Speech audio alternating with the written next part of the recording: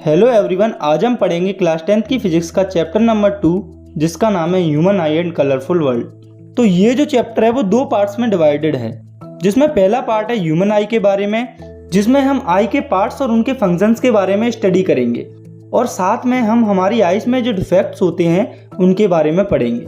और second part में हम कलरफुल वर्ल्ड के बारे में समझेंगे, जहाँ पर हम rainbow formation, dispersion, scattering of light जैसे और भी टॉपिक्स को पढ़ेंगे। तो इन सभी टॉपिक्स को आज हम काफ़ी अच्छी तरीके से बिल्कुल शॉर्ट टाइम में कंप्लीट करेंगे। तो चलिए स्टार्ट करते हैं। तो सबसे पहले हम समझते हैं ह्यूमन आई के बारे में। तो ये तो काफ़ी बेसिक चीज़ हो गई, क्योंकि हम सब जानते हैं कि आई जो है उसकी हेल्प से हम चीज़ों को देख पाते हैं। तो हमें अब तक आई के बारे में सिर्फ इतनी ही नॉलेज है, लेकिन ये जो आई है वो बाहर से जितनी सिंपल दिखती है, अंदर से उतनी ही कॉम्प्लेक्स स्ट्रक्चर होती है। इसके कई सारे पार्ट्स होते हैं जिन्हें हम एक एक करके समझने वाले हैं। तो आई हमारी बॉडी में एक ऑर्गन होता है जिसकी वजह से हम देख पाते हैं, और इसका जो डायमीटर होता है वो होता है अप्रोक्स 2.4 सेंटीमीटर। इसके बाद है इसके पार्ट्स। तो आई का पहला पार्ट है कॉर्निया। तो इस डायग्राम में आप जो ये पार्ट देख रहे हैं ये है कॉर्निया। तो it is the outermost transparent part of the eye that covers and protect eye and allow light to enter in the eye. तो ये जो है वो आई का बाहरी और ट्रांसपेरेंट पार्ट होता है। ट्रांसपेरेंट यानी कि पारदर्शी, जिससे कि लाइट पास आउट हो सकती है, और ये जो है वो आई को कवर और प्रोटेक्ट करता है और साथ में लाइट को अलाउ करता है आई में एंटर के लिए।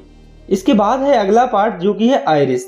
तो it is a dark muscular tissue behind cornea that controls the size of people. तो आप इस डायग्राम को देखिए, इसमें ये जो आपको दिख रहा है ये है आइरिस। तो ये एक डार्क मस्कुलर टिश्यू होता है जो कि कॉर्निया के पीछे प्रेजेंट होता है, जो कि पीपल के साइज को कंट्रोल करता है। पीपल क्या होता है ये हम आई के अगले पार्ट में यानी कि अब समझने वाले हैं। तो it is a small opening in the iris that controls the amount of light to enter in the eye. It is also called window of the eye. तो पीपल जो है वो एक स्मॉल ओपनिंग होती है आइरिस में। तो इस आइरिस के अंदर ये डार्क वाला जो पार्ट आपको दिख रहा है ये है पीपल। तो ये जो पीपल है वो कंट्रोल करता है कि हमारी आई में कितनी लाइट जाएगी। जैसे कि हम किसी लाइट वाले कमरे में होते हैं या फिर सनलाइट में होते हैं, तब पीपल का जो साइज है वो कम हो जाता है। वहीं पर जब हम थोड़े से डार्कर रूम या फिर अंधेरे में होते हैं तब पीपल का जो साइज है वो बढ़ जाता है विजिबिलिटी को क्लियर करने के लिए। तो आप इसे ऐसे समझिए, ये है आइरिस जो कि इस पूरे डार्क पार्ट को बोला जाता है। तो इसके अंदर थोड़ा सा और जो ये डार्क पार्ट है ये है पीपल। इसका साइज लाइट की क्वांटिटी में कम या ज़्यादा होता रहता है और ये लाइट की क्वांटिटी को कंट्रोल करता है। ये एज अ विंडो काम करता है आई के लिए, इसीलिए इसे विंडो ऑफ द आई भी कहा जाता है। इसके बाद आई का अगला पार्ट है क्रिस्टलाइन लेंस। तो इसे आई लेंस भी कहा जाता है, जो कि आइरिस और पीपल के पीछे प्रेजेंट होता है। तो हम इसके बारे में थोड़ा सा और समझते हैं। It is a convex lens composed of fibrous jelly like material. It provides real and inverted image on retina. तो ये जो है वो कॉन्वेक्स लेंस होता है। जनरली जब हम लेंस वर्ड सुनते हैं तो हमारे दिमाग में आता है कि ये ग्लास से बना होता है, लेकिन आई में जो आई लेंस या क्रिस्टलाइन लेंस होता है वो जेली टाइप के फाइब्रस मटेरियल से बना होता है, जो कि रेटिना पर रियल और इन्वर्टेड इमेज फॉर्म करता है। तो रेटिना क्या होता है ये हम आगे समझेंगे। यहाँ हमें इतना जानना है कि आई लेंस में इमेज रियल और इन्वर्टेड फॉर्म होती है। तो रियल इमेज वो इमेज होती है जिसे हम ऑब्टेन कर सकते हैं, वहीं पर इन्वर्टेड का मतलब होता है उल्टी इमेज। तो रेटिना पर इमेज उल्टी फॉर्म होती है।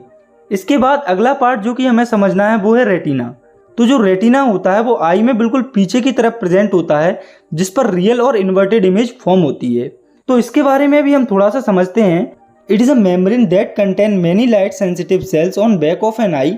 Image formed on retina and generate electrical signals. तो ये रेटिना होती है वो आई में पीछे की तरफ प्रेजेंट होती है, जिसमें कि काफ़ी सारे लाइट सेंसिटिव सेल्स प्रेजेंट होते हैं, और इन सेल्स का काम होता है कि जो भी इमेज रेटिना पर फॉर्म होती है वो उसे इलेक्ट्रिकल सिग्नल्स में कन्वर्ट करती है। तो यहाँ पर रेटिना के बारे में आपको दो बातें याद रखनी है। पहली ये कि रेटिना पर जो इमेज फॉर्म होती है वो रियल और इन्वर्टेड होती है, और दूसरी ये कि जो भी इमेज रेटिना पर फॉर्म होती है, रेटिना पर जो सेल प्रेजेंट होती हैं वो उसे इलेक्ट्रिकल सिग्नल्स के फॉर्म में कन्वर्ट कर देते हैं। इसके बाद आई का अगला पार्ट है ऑप्टिक नर्व। तो जो इलेक्ट्रिकल सिग्नल्स हमारे रेटिना पर जनरेट हुए थे, ऑप्टिक नर्व उन सिग्नल्स को ब्रेन में ट्रांसफर करता है। तो अभी हमने पढ़ा था कि रेटिना पर जो इमेज फॉर्म होती है वो रियल और इन्वर्टेड होती है, यानी कि रेटिना पर जो इमेज फॉर्म होती है वो उल्टी होती है। तो अब आप सोच रहे होंगे कि ऐसा कैसे हो सकता है, हमें तो सब कुछ बिल्कुल सीधा और सही सही दिखाई देता है। तो ऐसा इस तरह से होता है कि हमारा जो ब्रेन होता है उसे पता होता है कि जो इमेज रेटिना पर फॉर्म होती है वो इन्वर्टेड या उल्टी होती है। इसीलिए हमारे ब्रेन में जो सिग्नल जाते हैं हमारा ब्रेन उसे प्रोसेस करके सीधा कर लेता है, फिर हमें सारी चीज़ें सीधी दिखाई देती हैं। तो हमने आई के आगे वाले पार्ट्स को समझ लिया है और साथ में पीछे वाले पार्ट्स को भी समझ लिया है। तो अब हम देखते हैं आई की एक और पार्ट को, जो कि है विट्रस ह्यूमर। तो ये जो है वो आई का काफ़ी बड़ा या कहीं सबसे बड़ा पार्ट होता है, जो कि क्लियर और कलरलेस फ्लूइड होता है वाटर की तरह। और इसका फंक्शन होता है कि ये जो है वो हमारी आई को न्यूट्रिएंट्स प्रोवाइड करता है और इसके साथ ये जो है वो हमारी आई को शेप में रखने का काम करता है। तो हमने यहाँ पर आई के मोस्टली सभी पार्ट्स को समझ लिया है, लेकिन आई का एक पार्ट अभी हमने नहीं समझा है, जो कि है सिलेरी मसल। तो सिलेरी मसल्स को हम अगले कॉन्सेप्ट जो कि है अकोमोडेशन उसके थ्रू समझेंगे। तो पहले हम देख लेते हैं सिलेरी मसल्स की लोकेशन को। तो जो सिलेरी मसल्स होते हैं वो लेंस के बिल्कुल ऊपर की तरफ और नीचे की तरफ प्रेजेंट होती हैं। तो अब हम समझते हैं हमारे अगले कंसेप्ट को, जो कि है अकोमोडेशन ऑफ आई। तो ये एक प्रोसेस होती है जिसमें आई की जो सिलेरी मसल्स होती हैं वो आई की फोकल लेंथ को चेंज करती है, जिससे कि जो इमेज है वो क्लियरली फॉर्म होती है रेटिना पर। तो यहाँ से हमें सिलेरी मसल्स के फंक्शन समझने को मिलते हैं। तो हम सिलेरी मसल्स की लोकेशन पहले ही देख चुके हैं। तो ये जो है वो हमारी लेंस का शेप चेंज करता है जब हमारी आईज को किसी नियर बाय ऑब्जेक्ट पर फोकस करना हो या किसी दूर वाले ऑब्जेक्ट को देखना हो। तो अब हम वापस आते हैं एकोमोडेशन पर। तो इसे हम सिंपली कह सकते हैं कि ये हमारी आंखों की एक ऐसी एबिलिटी होती है जिसके कारण हम दूर वाले ऑब्जेक्ट को भी क्लियर देख पाते हैं और पास वाले ऑब्जेक्ट को भी क्लियर देख पाते हैं। तो ये जो एकोमोडेशन की प्रोसेस होती है इसमें सिलेरी मसल्स का मेजर रोल होता है। तो अब हम देखते हैं कि हमारी आईज के अंदर इमेज कैसे फॉर्म होती है। तो पहले हम देख लेते हैं फार ऑब्जेक्ट के लिए, यानी कि दूरी पर रखे हुए ऑब्जेक्ट के लिए इमेज कैसे फॉर्म होती है। तो जब कोई ऑब्जेक्ट दूरी पर रखा हुआ होता है तो उसके लिए सिलेरी मसल्स रिलैक्स हो जाती हैं, यानी कि खुल जाती हैं, और लेंस जो है वो पतला हो जाता है, जिसकी वजह से फोकल लेंथ जो है वो इंक्रीज हो जाती है और इसी वजह से हम जो है वो दूर के ऑब्जेक्ट्स को क्लियरली देख पाते हैं। तो यहाँ पर हुआ क्या, सबसे पहले दूर के ऑब्जेक्ट्स को देखने के लिए जो सिलेरी मसल्स है वो रिलैक्स्ड होती हैं और लेंस पतला हो जाता है, जिसकी वजह से फोकल लेंथ इंक्रीज हो जाती है और हम दूर के ऑब्जेक्ट्स को क्लियरली देख पाते हैं। इसके बाद हम देखते हैं accommodation for near by object. तो जब कोई ऑब्जेक्ट पास में रखा हुआ होता है तो हमारी जो सिलेरी मसल्स होती हैं वो कॉन्ट्रैक्ट हो जाती हैं और जो लेंस होता है वो थिक हो जाता है, यानी कि मोटा हो जाता है, जिसकी वजह से फोकल लेंथ डिक्रीज हो जाती है और हम जो है वो नियर बाय ऑब्जेक्ट्स को क्लियरली देख पाते हैं। तो नियर बाय ऑब्जेक्ट्स के लिए एकोमोडेशन की प्रोसेस फार ऑब्जेक्ट से उल्टी होती है। तो इसके बाद हम देखते हैं रेंज ऑफ ह्यूमन विजन, यानी कि हमारी आंखों से हम कहाँ तक देख पाते हैं। तो हमारी आंखों का नियर पॉइंट होता है 25 सेंटीमीटर, यानी कि हम 25 सेंटीमीटर तक किसी ऑब्जेक्ट को क्लियरली देख पाते हैं। इससे कम डिस्टेंस को हम क्लियरली नहीं देख पाते। अगर हम बात करें फार पॉइंट की, तो अब आप ही सोचिए कि आपने सबसे दूरी पर क्या चीज़ देखी है। तो आपने काफ़ी दूर दूर की चीज़ों को अपनी आंख से देखा होता है, जैसे कि सन, मून, ईटीसी। तो यहाँ से हम लिख सकते हैं कि हमारी आई का फार पॉइंट है इन्फिनिटी, मतलब कि हमारी आईज जो है वो इन्फिनिटी यानी कि अनंत तक देख सकती हैं। तो आप लोगों ने कई बार देखा होगा कि कुछ लोगों को चश्मा लगा हुआ होता है। आप में कुछ क्लासमेट्स भी होंगे जिनको कि चश्मा लगा हुआ होगा। मोस्टली बूढ़े लोगों को चश्मा ज़्यादा लगता है। तो आपने कभी ये जानने की कोशिश की है कि ये चश्मा आखिर लोगों को क्यों लगता है? कोई बात नहीं, मैं आपको बता देता हूँ। तो ये होता है विजन में डिफेक्ट होने के कारण। तो अब हम समझते हैं हमारे अगले टॉपिक को, जो कि है defect of vision and their correction, यानी कि आंखों के विजन के डिफेक्ट क्या होते हैं और उन्हें सुधारा कैसे जाता है। तो हमारी आईज में मेनली 3 डिफेक्ट्स हमें देखने को मिलते हैं, जो कि है मायोपिया, हाइपरमेट्रोपिया और प्रेसबायोपिया। तो सबसे पहले हम समझते हैं मायोपिया को। तो इसको नियर साइडनेस भी कहा जाता है। तो इस डिफेक्ट में जो पर्सन होता है उसे पास के ऑब्जेक्ट क्लियर दिखते हैं, लेकिन जो दूर के ऑब्जेक्ट्स होते हैं वो क्लियर नहीं दिखते। और इस डिफेक्ट में जो इमेज होती है वो रेटिना के सामने फॉर्म होती है। तो ये तो हमने देख लिया कि मायोपिया में क्या होता है। अब हम ये देखते हैं कि ये किस कारण से होता है, यानी कि रीजंस ऑफ मायोपिया। तो इसका पहला रीजन है आई लेंस की फोकल लेंथ कम हो जाने की वजह से, और इसका दूसरा रीजन है आई बॉल के इलोंगेशन की वजह से, यानी कि जो आई बॉल होती है वो इलोंगेट हो जाती है, यानी कि लंबी हो जाती है। इसके बाद है करेक्शन ऑफ मायोपिया, यानी कि जब किसी पर्सन को मायोपिया हो जाता है तो उसे ठीक कैसे किया जाता है। तो मायोपिया को कॉनकेव लेंस को यूज करके करेक्ट किया जाता है, और ये कैसे किया जाता है ये अब हम समझते हैं इन डायग्राम्स के थ्रू। तो आप इन तीनों डायग्राम्स को ध्यान से देखिए। तो हम जानते हैं कि मायोपिया डिफेक्ट के अंदर जो आई होती है उसका फार पॉइंट कम हो जाता है, जैसे कि नॉर्मल आई का फार पॉइंट होता है इन्फिनिटी, लेकिन जो मायोपिक आई होती है उसका फार पॉइंट कम हो जाता है। जैसे किसी पर्सन को 10 मीटर से ज़्यादा क्लियर दिखाई नहीं देता तो उसका फार पॉइंट हो जाएगा 10 मीटर। तो आप इस पहले डायग्राम को देखिए, ये है एक मायोपिक आई जिसका फार पॉइंट है पॉइंट ए। तो इस पॉइंट ए के बाद इस पर्सन को चीज़ें ब्लर दिखाई देंगी। तो अब आप इस सेकंड डायग्राम पर नज़र डालिए जिसमें कि मायोपिक आई के फार पॉइंट के पीछे कोई ऑब्जेक्ट रखा हुआ है। तो मान लो कि इस पॉइंट पर कोई ऑब्जेक्ट रखा हुआ है जो कि फार पॉइंट से पीछे है। तो अगर ये मायोपिक आई इस ऑब्जेक्ट को देखेगी तो जो इमेज है वो रेटिना के पहले फॉर्म हो जाएगी और रेटिना पर वो ब्लर दिखाई देगी। तो यहाँ से आपको पता चलता है कि मायोपिक आई में दूर की इमेज ब्लर क्यों दिखाई देती है। चलिए एक और बार इसकी बात करते हैं। क्योंकि मायोपिक आई में दूर की इमेज रेटिना के पहले फॉर्म हो जाती है, इसीलिए रेटिना पर दूर की इमेज ब्लर दिखाई देती है। तो अब ये सब हमने देख लिया कि मायोपिक आई के अंदर होता क्या है। तो अब हम डायग्राम की हेल्प से देखते हैं कि मायोपिया को कैसे ठीक किया जाता है। तो मायोपिया को कॉनकेव लेंस का यूज करके ठीक किया जाता है। तो अब आप इस डायग्राम पर नज़र डालिए, इसमें जो मायोपिक आई है उसके सामने एक कॉनकेव लेंस रखा हुआ है। तो ये जो कॉनकेव लेंस होता है वो फार पॉइंट को पॉइंट ए से बढ़ाकर इन्फिनिटी कर देता है और जो इमेज इससे पहले रेटिना से पहले फॉर्म हो रही होती है वो अब कॉनकेव लेंस की वजह से रेटिना पर फॉर्म होने लगती है, जिसकी वजह से डिफेक्टेड पर्सन को दूर का ऑब्जेक्ट भी क्लियर नजर आने लगता है। इसके बाद हम समझते हैं आई के दूसरे डिफेक्ट को जो कि है हाइपरमेट्रोपिया। तो जो हाइपरमेट्रोपिया होता है इसे फार साइटनेस भी कहा जाता है।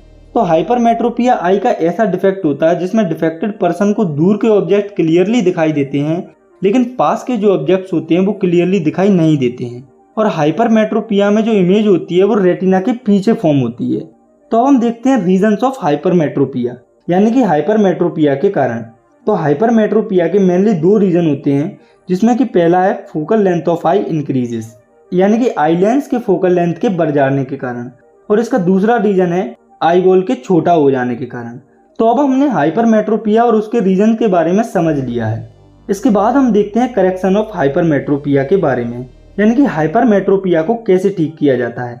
तो हाइपरमेट्रोपिया को कॉन्वेक्स लेंस को यूज करके ठीक किया जाता है। तो जो हाइपरमेट्रोपिया होता है वो मायोपिया का बिल्कुल अपोजिट होता है। तो अब हम डायग्राम्स की हेल्प से हाइपरमेट्रोपिया और उसके करेक्शन को समझेंगे। तो आपको ये जो 3 डायग्राम्स दिख रहे हैं ये हाइपरमेट्रोपिया की पूरी स्टेट को सही से समझाते हैं। तो आप सबसे पहले इस पहले वाले डायग्राम पर नजर डालिए। तो ये है एक हाइपरमेट्रोपिक आई। तो हम जानते हैं कि आई का नियर पॉइंट होता है 25 सेंटीमीटर। तो हाइपरमेट्रोपिया में आई का नियर पॉइंट 25 सेंटीमीटर से बढ़ के कुछ ज़्यादा हो जाता है। तो अब आप सपोज कीजिए कि ये पॉइंट है आई का नियर पॉइंट जो कि है 25 सेंटीमीटर, और हाइपरमेट्रोपिया में नियर पॉइंट की जो डिस्टेंस होती है वो बढ़ जाती है। ये कितनी भी बढ़ सकती है, कुछ मीटर्स कुछ फीट। तो इसी वजह से हमें इस कंडीशन में पास की चीज़ें क्लियर दिखाई नहीं देती। तो इस डायग्राम में इस हाइपरमेट्रोपिक आई का नियर पॉइंट इस पॉइंट एक्स की जगह बाय हो जाता है। तो अब ध्यान दीजिए सेकंड वाले डायग्राम पर। तो जब किसी आई का नियर पॉइंट 25 सेंटीमीटर से बढ़कर कुछ और हो जाता है तो उस कंडीशन में नियर पॉइंट की डिस्टेंस बढ़ जाने के कारण जो इमेज है वो रेटिना की जगह पर उसके पीछे फॉर्म होती है, और इसी वजह से हमें पास की जो चीज़ें हैं वो ब्लर दिखाई देने लगती हैं। तो अब तीसरे डायग्राम में हम देखते हैं कि कॉन्वेक्स लेंस की हेल्प से हम हाइपरमेट्रोपिक आई को कैसे ठीक कर सकते हैं। तो अब आप नज़र डालिए इस डायग्राम में। तो कॉन्वेक्स लेंस के यूज से आई का जो नियर पॉइंट है वो दोबारा 25 सेंटीमीटर पर आ जाता है, और जब नियर पॉइंट 25 सेंटीमीटर पर आ जाता है तो इमेज जो है वो दोबारा रेटिना पर फॉर्म होने लगती है और हमें पास की चीज़ें भी क्लियर दिखाई देने लगती हैं। तो अब हम समझते हैं हमारे अगले डिफेक्ट को जो कि है प्रेसबायोपिया। तो इस डिफेक्ट को ओल्ड एज हाइपरमेट्रोपिया भी कहा जाता है। तो ये जो डिफेक्ट है वो मोस्टली ओल्ड एज इंडिविजुअल्स में देखने को मिलता है। तो जनरली आइज की जो एकोमोडेशन की जो पावर होती है वो कम होती जाती है समय के साथ, और जिसकी वजह से जो बूढ़े लोग होते हैं उन्हें डिफिकल्टी होती है दूर और पास दोनों जगह के ऑब्जेक्ट्स को क्लियरली देखने में। इसके बाद हमें देखना है प्रेसबायोपिया के रीजंस को, यानी कि इसके कारण को। तो उसके मेनली 2 कारण होते हैं, जिसमें कि पहला है वीकनिंग ऑफ सिलेरी मसल्स, यानी कि जो हमारी आइज में सिलेरी मसल्स होती हैं वो टाइम के साथ वीक होती जाती हैं। और इसका दूसरा कारण है decreasing flexibility of eye lens, यानी कि जब आई लेंस की फ्लेक्सिबिलिटी कम हो जाती है तो उसकी वजह से प्रेसबायोपिया डिफेक्ट हो जाता है। तो अब हम समझते हैं इसके करेक्शन को। तो प्रेसबायोपिया को कॉनकेव और कॉन्वेक्स दोनों लेंस का यूज करके सही किया जाता है। तो जिन इंडिविजुअल्स को प्रेसबायोपिया होता है तो उनके चश्मे में कॉनकेव और कॉन्वेक्स लेंस दोनों एक साथ लगाए जाते हैं। तो ये जो प्रेसबायोपिया का चश्मा होता है इसमें ऊपर की तरफ कॉनकेव लेंस लगा होता है जिससे कि दूर की चीज़ों को क्लियर देखा जाता है, और नीचे की तरफ कॉन्वेक्स लेंस लगा होता है जिससे कि पास की चीज़ों को क्लियरली देखा जाता है। तो आपने कभी देखा होगा कि जब बूढ़े लोगों को दूर के ऑब्जेक्ट्स को देखना होता है तो वे अपने चश्मे में ऊपर की तरफ देखते हैं, जब उन्हें पास के ऑब्जेक्ट्स को देखना होता है तो वे अपने चश्मे में नीचे की तरफ देखते हैं। तो यहाँ पर हमने आईज के तीनों डिफेक्ट्स के बारे में स्टडी कर ली है। तो इन तीनों डिफेक्ट्स के साथ हमारी आई में एक और डिफेक्ट होता है जो कि है कैटरेक्ट, जिसे कि मोतियाबिंद भी कहा जाता है। तो आपने कई जगह दीवारों पर या होर्डिंग में मोतियाबिंद का ऐड देखा होगा जिसमें लिखा रहता है मोतियाबिंद का इलाज कराएं। तो वहाँ पर कैटरेक्ट की बात ही हो रही होती है। तो ये भी एक आई का डिफेक्ट होता है जिसमें ओल्ड एज में कुछ लोगों का जो क्रिस्टलाइन लेंस होता है वो फॉगी हो जाता है, जिसकी वजह से उन्हें देखने में प्रॉब्लम होती है और इस कंडीशन को कैटरेक्ट कहा जाता है। इसके बाद हमें देखना है इसके रीजन को, यानी कि किन कारणों से हमें मोतियाबिंद या कैटरेक्ट होता है। तो जो कैटरेक्ट है वो आई लेंस के ऊपर प्रोटीन बिल्ड होने के कारण होता है। तो जब आई लेंस के ऊपर प्रोटीन बिल्ड हो जाता है तो हमें क्लियरली दिखाई नहीं देता है। इसके बाद है इसका करेक्शन। तो जो कैटरेक्ट होता है उसे सर्जरी से ठीक किया जाता है। तो सर्जरी में आई लेंस के ऊपर जो प्रोटीन होता है उसे सर्जरी करके रिमूव किया जाता है। जब ये प्रोटीन आई लेंस से हट जाता है तो हमें फिर से चीज़ें क्लियरली दिखाई देने लगती हैं। तो यहाँ तक हमने ह्यूमन आई और उनके पार्ट्स और उनके डिफेक्ट्स के बारे में स्टडी कर ली है। तो यहाँ पर इस चैप्टर में हमें आई के बारे में केवल इतनी ही स्टडी करनी है। तो अब हम समझते हैं इस चैप्टर के दूसरे पार्ट को, जो कि है कलरफुल वर्ल्ड। तो कलरफुल वर्ल्ड वाले टॉपिक में सबसे पहले हमें समझना है reflection of light through a prism, यानी कि लाइट का रिफ्लेक्शन प्रिज्म के थ्रू। तो रिफ्लेक्शन क्या होता है ये हम पिछले चैप्टर में समझ चुके हैं। और अगर हम बात करें प्रिज्म की तो ये कुछ ऐसी दिखती है। और बात करें इसकी डेफिनेशन की तो it is a pyramidal piece of glass और other transparent material with 2 triangular bases and 3 lateral surfaces. मतलब कि प्रिज्म एक पिरामिडल पीस होता है ग्लास का या किसी और ट्रांसपेरेंट मटेरियल का जिसमें 2 ट्रायंगुलर बेस होते हैं और 3 लेटरल सरफेसेस होते हैं। जैसा कि आप इस प्रिज्म के डायग्राम में देख पा रहे हैं, ये हैं 2 ट्रायंगुलर बेस और ये है 3 लेटरल सरफेसेस। इसके बाद हमें समझना है एंगल ऑफ प्रिज्म के बारे में। तो प्रिज्म के लेटरल सरफेसेस के बीच में जो एंगल होता है उसे एंगल ऑफ प्रिज्म कहा जाता है। इसके बाद है एंगल ऑफ डेविएशन। तो ये जो है वो एंगल होता है इंसिडेंट रे और इमर्जेंट रे के बीच में।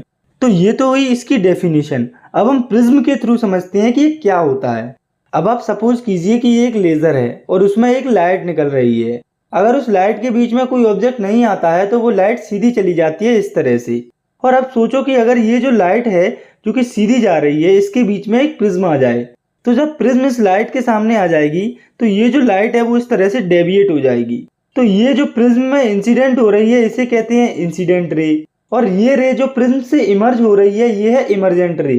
तो अब आप इस प्रिज्म को देखिए और ये इंसिडेंट रे जिसका एक्चुअल पाथ सीधा होता, इसको हम आगे एक्सटेंड करेंगे और ये इमर्जेंट रे इसके पाथ को हम पीछे की तरफ एक्सटेंड करेंगे। तो ये वाला जो एंगल जो इंसिडेंट रे और इमर्जेंट रे के बीच में बन रहा है वो होगा एंगल डी, यानी कि एंगल ऑफ डेविएशन। तो यहाँ पर आपको ये याद रखना है कि जब प्रिज्म से लाइट पास होती है तो वो बेंड हो जाती है या डेविएट हो जाती है, और जिस एंगल से वो लाइट डेविएट होती है उसे कहा जाता है एंगल ऑफ डेविएशन। तो अब हमें देखना है कि जब प्रिज्म से व्हाइट लाइट को पास किया जाता है तब क्या होता है। तो अगर किसी ग्लास प्रिज्म से व्हाइट लाइट को पास किया जाता है तो डिस्पर्जन होता है। तो डिस्पर्जन क्या होता है ये अब हम देखते हैं। तो when the white light passes through a glass prism then white light splits into the 7 colours and this phenomenon is called dispersion. मतलब कि जब व्हाइट लाइट ग्लास प्रिज्म से पास होती है तब वो 7 डिफरेंट कलर्स में स्प्लिट अप हो जाती है और इस फिनोमिनन को डिस्पर्जन कहा जाता है। और लाइट जिन 7 कलर्स में स्प्लिट होती है वे होते हैं violet, indigo, blue, green, yellow, orange and red. इन 7 कलर्स को हम शॉर्ट में भी याद रख सकते हैं। तो इसके लिए हम इन सभी कलर्स के फर्स्ट लेटर को याद कर लेंगे। तो जब हम इन 7 कलर के फर्स्ट लेटर को एक साथ लिखेंगे तो ये वर्ड फॉर्म होगा जो कि है विबग्योर, जो कि VIVGYOR से मिलकर बना हुआ है। तो आपको इस वर्ड को अच्छे से याद रखना है। तो जब लाइट इन 7 कलर्स में स्प्लिट होती है तो इन 7 कलर्स को स्पेक्ट्रम कहा जाता है। तो जब लाइट प्रिज्म से पास होती है तब वो कुछ इस तरह से स्प्लिट हो जाती है। तो अब आप इस स्पेक्ट्रम में देख सकते हैं कि नीचे की तरफ है वायलेट कलर और ऊपर की तरफ है रेड कलर। तो ऐसा इसीलिए होता है क्योंकि जो वायलेट कलर होता है उसकी वेवलेंथ इन 7 कलर में सबसे कम होती है, इसीलिए ये सबसे ज़्यादा बैंड होती है। ऐसे ही इससे थोड़ी ज़्यादा वेवलेंथ होती है इंडिगो की, जो कि इसके ऊपर प्रेजेंट है। तो आपको बस इतना याद रखना है कि जिस कलर की वेवलेंथ ज़्यादा होती है वो स्पेक्ट्रम में ऊपर की तरफ प्रेजेंट होता है। और ये जो वेवलेंथ है अगर हम विबग्योर के फॉर्म में देखें तो ऊपर से नीचे असेंडिंग ऑर्डर में जाती है, यानी कि जैसे जैसे हम नीचे जाते जाएंगे इन कलर्स की वेवलेंथ बढ़ती जाएगी। और स्पेक्ट्रम के अंदर जिन कलर्स की वेवलेंथ ज़्यादा होती है वो ऊपर स्प्लिट या बेंड होते हैं, इसीलिए स्पेक्ट्रम में रेड सबसे पहले और फिर ऑरेंज, येलो आदि कलर स्प्लिट होते हैं। लेकिन ये जो सब है वो सीक्वेंस वाइज होता है। तो ये जो स्पेक्ट्रम जिसके बारे में अभी हमने पढ़ा है इसे सबसे पहले आइजैक न्यूटन ने डिस्कवर या फाइंड किया था। तो जब न्यूटन ने प्रिज्म से व्हाइट लाइट को 7 कलर्स में स्प्लिट होते हुए देखा तो उसने सोचा कि अगर लाइट को 2 कंसेक्यूटिव प्रिज्म से पास किया जाए तो हो सकता है ये जो व्हाइट लाइट 7 कलर्स में स्प्लिट हुई है वो आगे और भी कलर्स में स्प्लिट हो जाए। लेकिन जब न्यूटन ने 2 आइडेंटिकल प्रिज्म को सामने रखा और जब उसने उनसे व्हाइट लाइट को पास किया तो जो रिजल्ट आता है वो बिल्कुल शॉकिंग और अनएक्सपेक्टेड होता है। और वो रिजल्ट होता है कि जब पहले ग्लास प्रिज्म से जब व्हाइट लाइट पास होती है तब वो एज एक्सपेक्टेड 7 कलर्स में स्प्लिट हो जाती है। लेकिन जब ये 7 कलर्स दूसरी प्रिज्म में एंटर करते हैं तब ये व्हाइट लाइट की फॉर्म में इमर्ज होते हैं। तो हमने तो ये एक्सपेक्ट किया था कि ये जो 7 कलर हैं वो दूसरे प्रिज्म में एंटर करने के बाद और ज़्यादा कलर्स में स्प्लिट हो जाएंगे, लेकिन ऐसा तो हुआ नहीं। हुआ ऐसा कि ये जो 7 कलर्स हैं वो मिलकर एक वाइट कलर फॉर्म करेंगे। तो यहाँ से हमें एक बात पता चलती है कि जो वाइट लाइट या सनलाइट होती है वो एक्चुअली में 7 कलर्स से मिलकर बनी होती है। इसके बाद हमें समझना है अगले टॉपिक को, जो कि है टोटल इंटरनल रिफ्लेक्शन। तो पिछले चैप्टर लाइट रिफ्लेक्शन और रिफ्लेक्शन में हमने पढ़ा था कि जब लाइट रे रेयर मीडियम से डेंसर मीडियम में जाती है तो पर्टिकुलर रे नॉर्मल की तरफ बेंड हो जाएगी। तो ये है रेयर मीडियम, ये है डेंसर मीडियम और ये है नॉर्मल लाइन। तो जब लाइट रे इस रेयर मीडियम से इस डेंसर मीडियम में जाती है तो वो नॉर्मल की तरफ बेंड हो जाती है। तो ये तो हो गई जनरल बात, लेकिन हम यहाँ पर बात कर रहे हैं टोटल इंटरनल रिफ्लेक्शन की। तो पहले समझते हैं इसकी डेफिनेशन को। तो when a light enters denser medium to rare medium and angle of incidence below critical angle, then the light reflects to in a denser medium and this is called total internal reflection। तो इसमें सबसे पहले आपको ये याद रखना है कि लाइट जो है वो डेंसर से रेयर मीडियम में जा रही है। तो यहाँ इस डायग्राम से हम ये समझेंगे कि लाइट कब डेंसर से रेयर मीडियम में एंटर करेगी। तो अगर पर्टिकुलर लाइट रे जो कि डेंसर मीडियम से रेयर मीडियम में जा रही है, अगर उसका angle of incidence critical angle से ज़्यादा हुआ तो वो लाइट रे डेंसर मीडियम से रेयर मीडियम में जाएगी। तो क्रिटिकल एंगल वो एंगल होता है जिससे एंगल ऑफ इंसिडेंस का एंगल ज़्यादा होने पर लाइट रे डेंसर से रेयर मीडियम में पास हो पाती है। तो जो टोटल इंटरनल रिफ्लेक्शन फिनोमिनन होता है उसमें जो एंगल ऑफ इंसिडेंस होता है वो क्रिटिकल एंगल से कम होता है, इसीलिए लाइट रे जो है वो डेंसर मीडियम से डेंसर मीडियम में ही रिफ्लेक्ट हो जाती है, कुछ इस तरह से। और इस फिनोमिनन को टोटल इंटरनल रिफ्लेक्शन कहा जाता है। इसके बाद हमें समझना है टोटल रिफ्लेक्शन के एक और फिनोमिनन को, जो कि है रेनबो फॉर्मेशन। तो ग्लास प्रिज्म से लाइट के डिस्पर्जन को भले ही आपने ना देखा हो, लेकिन आप सभी ने रेनबो यानी इंद्रधनुष को आसमान में बनते हुए जरूर देखा होगा। तो अब हम समझते हैं इसके बारे में। तो ये एक नेचुरल स्पेक्ट्रम होता है जो कि हमें बारिश के बाद आसमान में देखने को मिलता है, और ये जो है वो सन के अपोजिट डायरेक्शन में ऑब्जर्व किया जाता है। और जब रेनबो बनता है तो हमें ये 3 फिनोमिनन देखने को मिलते हैं, जो कि है रिफ्रैक्शन, डिस्पर्जन और टोटल इंटरनल रिफ्लेक्शन। तो अब हम देखते हैं रेनबो फॉर्मेशन को डायग्राम की हेल्प से। तो यहाँ पर ये है हमारा सन। तो जब सन से लाइट इस वाटर ड्रॉप पर पड़ती है तो यहाँ पर रिफ्रैक्शन होता है। और रिफ्रैक्शन इसलिए क्योंकि आप देख सकते हैं कि यहाँ पर लाइट जो है वो एयर मीडियम से वाटर मीडियम में पास हो रही है। और जब लाइट एयर से वाटर मीडियम में पास हो जाएगी तो उसके बाद ये जो लाइट है इसका डिस्पर्जन हो जाएगा, यानी कि ये वाटर ड्रॉप के अंदर इन 7 कलर्स में स्प्लिट हो जाएगी। और जब लाइट का इस वाटर ड्रॉप के अंदर डिस्पर्जन हो जाता है उसके बाद इसमें होता है इंटरनल रिफ्लेक्शन। तो ये जो वाटर ड्रॉप है जिसमें डिस्पर्जन हुआ है उसका जो एंगल ऑफ इंसिडेंस है वो क्रिटिकल एंगल से कम होता है, और इसमें इंटरनल रिफ्लेक्शन की वजह से ये जो 7 कलर्स हैं वो इधर की तरफ डाइवर्ट होते हैं और हमें रेनबो फॉर्म होते हुए दिखता है। तो रेनबो फॉर्मेशन की प्रोसेस में हमारी लोकेशन यहाँ पर रहती है और हमें रेनबो फॉर्म होते हुए दिखता है।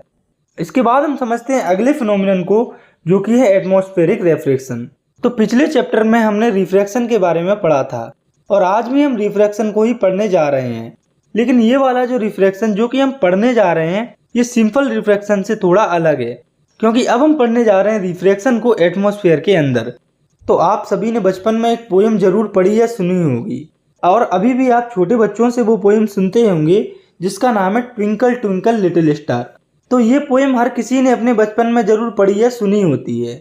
तो अब अगर मैं आपसे कहूँ कि मैं और आप जिसने ये पोएम पढ़ी या सुनी है, उन्हें बचपन से लेकर आज तक उल्लू बनाया गया है, क्योंकि ये जो स्टार होते हैं वो एक्चुअली में ट्विंकल करते ही नहीं हैं, वो बस हमें ट्विंकल करते हुए दिखते हैं एटमॉस्फेरिक रिफ्लेक्शन के कारण।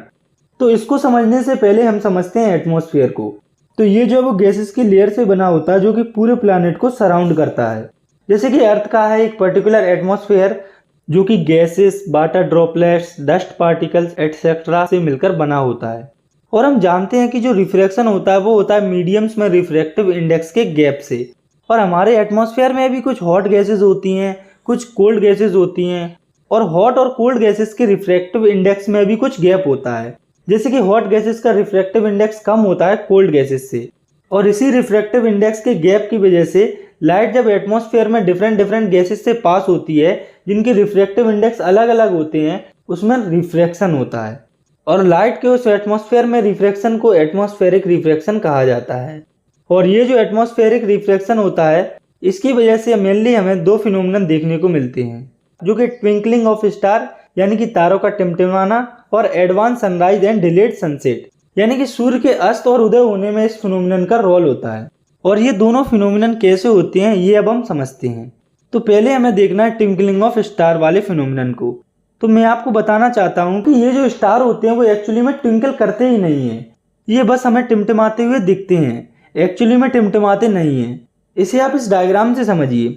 जैसे कि ये है आप और ये है अर्थ, और आप यहाँ से स्टार्स को देख रहे हैं। तो जब स्टार से लाइट अर्थ पर आएगी तो वो लाइट हमारे एटमॉस्फेयर से पास होगी, और हमारे एटमॉस्फेयर में काफ़ी सारी गैसेस प्रेजेंट होती है। और जब लाइट एटमॉस्फेयर से पास होती है तो गैसेस के डिफ्रैक्ट रिफ्रैक्टिव इंडेक्स के कारण उस लाइट का एटमॉस्फेरिक रिफ्रैक्शन हो जाता है, और हमें स्टार की अपीरियंट पोजीशन एक्चुअल पोजीशन से गलत दिखती है। और लाइट जो कि हमारी आइज तक एटमॉस्फेयर के थ्रू पहुंचती है वो एटमॉस्फेरिक रिफ्रैक्शन के कारण ऊपर नीचे होती हुई आती है। इसलिए स्टार से जो लाइट आती है वो हमें कभी कम या ज़्यादा दिखती है, और हमें लगता है कि स्टार ट्विंकल हो रहे हैं यानी कि टिमटिमा रहे हैं। तो अब आप सोचिए कि जब हमें तारे टिमटिमाते हुए दिखते हैं तो जो प्लैनेट्स होते हैं वो हमें टिमटिमाते हुए क्यों नहीं दिखते? तो ऐसा इसीलिए होता है क्योंकि जो प्लैनेट्स होते हैं वो काफ़ी पास में होते हैं हमारी अर्थ के। अगर हम उन्हें कंपेयर करें स्टार से तो प्लैनेट्स पास में होने की वजह से बड़े दिखते हैं, इसीलिए वो हमें टिमटिमाते हुए नहीं दिखते। इसके बाद है दूसरा फिनोमिनन जो कि है advance sunrise and delayed sunset. तो आपने शायद कभी किसी से सुना होगा कि जो सन होता है वो हमें एक्चुअल सनराइज से 2 मिनट पहले दिखने लगता है, और सनसेट होने के 2 मिनट बाद भी हमें दिखता रहता है। तो ये जो एडवांस सनराइज और डिलेड सनसेट का जो फिनोमिनन होता है वो एटमॉस्फेरिक रिफ्रैक्शन के कारण होता है। आप इसे इस डायग्राम की हेल्प से समझ सकते हैं। तो ये है अर्थ, और ऊपर ये जो आप देख रहे हैं ये है एटमॉस्फेयर, और ये है ईस्ट साइड और ये है वेस्ट साइड, और ये जो लाइन आपको दिख रही है ये है होरिजन। तो सन जब इस होरिजन लाइन से ऊपर आता है तब सनराइज कंसीडर किया जाता है। तो अब आप यहाँ पर देखिए, यहाँ पर जो सन है वो होरिजन के नीचे है, और यहाँ से सन की लाइट एटमॉस्फेयर तक पड़ती है। तो हम जानते हैं कि एटमॉस्फेयर के बाहर रेयर मीडियम होता है और अंदर डेंसर मीडियम होता है। तो जब लाइट सन से एटमॉस्फेयर पर पड़ती है तो वो बेंड हो जाती है, और इंडिविजुअल जो अर्थ पर खड़ा रहता है उसे एटमॉस्फेरिक रिफ्रैक्शन के कारण 2 मिनट जल्दी सनराइज देखने को मिलता है। और सेम कंडीशन हमें सनसेट पर भी देखने को मिलती है। तो सनसेट के टाइम पर सन जो है वो होरिजन के नीचे चला जाता है। तो यहाँ पर भी लाइट जो है वो इसी तरह से रिफ्लेक्ट होती है, और इसीलिए हमें सनसेट होने के 2 मिनट बाद भी सन दिखाई देता रहता है। इसके बाद हमें समझना है इस चैप्टर के आखिरी टॉपिक को, जो कि है स्कैटरिंग ऑफ लाइट। तो इसे आप ऐसे समझिए कि जब लाइट एटमॉस्फेयर से पास होती है और वो एटमॉस्फेयर में प्रेजेंट छोटे बड़े पार्टिकल से टकराती है तो वो उनसे टकराकर स्कैटर हो जाएगी, यानी कि अलग अलग डायरेक्शन में फैल जाएगी, और इसी फिनोमिनन को हम स्कैटरिंग ऑफ लाइट कहते हैं। और ये जो लाइट की स्कैटरिंग होती है वो पार्टिकल्स के साइज पर डिपेंड करती है। जैसे कि जो छोटे या फाइन पार्टिकल्स होते हैं वो ब्लू कलर को सबसे ज़्यादा स्कैटर करते हैं, यानी कि लाइट जब छोटे पार्टिकल से पास होती है तब ब्लू कलर सबसे ज़्यादा दिखता है। और ऐसा इसीलिए होता है क्योंकि ब्लू कलर की सबसे शॉर्ट वेवलेंथ होती है।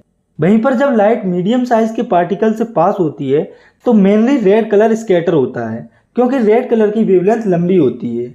और जो लार्ज पार्टिकल होते हैं वो सभी कलर्स की लाइट को स्कैटर करती हैं, इसीलिए हमें लाइट का कलर वाइट दिखता है, लेकिन एक्चुअली में ये 7 कलर से मिलकर बनी होती है। तो स्कैटरिंग ऑफ लाइट में हमें पहला कंसेप्ट समझना है जो कि टिंडल इफेक्ट। तो टिंडल इफेक्ट के बारे में आप पहले भी क्लास 9th में पढ़ चुके हैं। चलिए यहाँ पर भी हम एक बार इसको रिवाइज कर लेते हैं। तो हमारे एटमॉस्फेयर में कई सारे dust particles, टिनी water droplets, smoke particles etcetera present होते हैं और लाइट जो है वो हम तक इन पार्टिकल्स को पास करते हुए आती है। तो लाइट जब इन कोलॉइडल सॉल्यूशन से पास होती हुई हम तक आती है तो हमें लाइट का जो पाथ है वो दिखता है और इस फिनोमिनन को टिंडल इफेक्ट कहा जाता है। इसे अगर आपको एक्सपीरियंस करना है तो आप सुबह सुबह किसी कमरे जिसमें कि एक साइड से या छोटी सी जगह से सनलाइट आ रही हो तो आपको लाइट कोलोडियल सॉल्यूशन से पास होते हुए या फिर कहीं टिंडल इफेक्ट दिख जाएगा। इसके बाद हमें देखना है स्कैटरिंग ऑफ लाइट के दूसरे फिनोमिनन को जो कि है why does sky appears blue, यानी कि हमें आसमान नीला क्यों दिखता है। तो जब भी हम आसमान में देखते हैं तो वो हमें नीला दिखता है, लेकिन आसमान जो है वो बस हमें नीला दिखता है, नीला होता नहीं है। आप इसे इस डायग्राम की हेल्प से समझिए कि ये है अर्थ और ये है इसका एटमॉस्फेयर और यहाँ पर है सन जिससे कि लाइट आती है। तो हम जानते हैं कि एटमॉस्फेयर में ऊपर की तरफ छोटे छोटे पार्टिकल्स प्रेजेंट होते हैं और लाइट जब इन पार्टिकल से पास होती है तो ब्लू कलर सबसे ज़्यादा स्कैटर होता है, क्योंकि हमने अभी पढ़ा है कि जो छोटे या माइन्यूट पार्टिकल्स होते हैं वो ब्लू कलर को ज़्यादा स्कैटर करते हैं और ये जो ब्लू लाइट है वो इस तरह से पूरे एटमॉस्फेयर में स्कैटर हो जाती है। इसी वजह से ये जो आसमान है वो हमें पूरा नीला दिखाई देता है। इसके बाद हमें देखना है why sun appears red at the time of sunrise and sunset, यानी कि जो सन है वो राइज होते समय और सेट होते समय रेड क्यों दिखाई देता है। तो अब आप इस डायग्राम को देखिए, इसमें बीच में हमारी अर्थ है और ईस्ट में सन है जिसे हम सनराइज कंसीडर करेंगे और वेस्ट में सन है जिसे हम सनसेट कंसीडर करेंगे।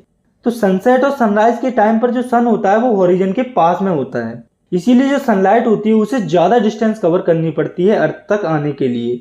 और वहीं पर जो ब्लू लाइट होती है वो शॉर्ट वेवलेंथ होने के कारण एटमॉस्फेयर में स्कैटर हो जाती है और जो रेड लाइट होती है वो लॉन्गर वेवलेंथ होने के कारण हम तक पहुंच पाती है। इसीलिए जो सन है वो हमें राइज और सेट होने के टाइम पर रेड दिखाई देता है।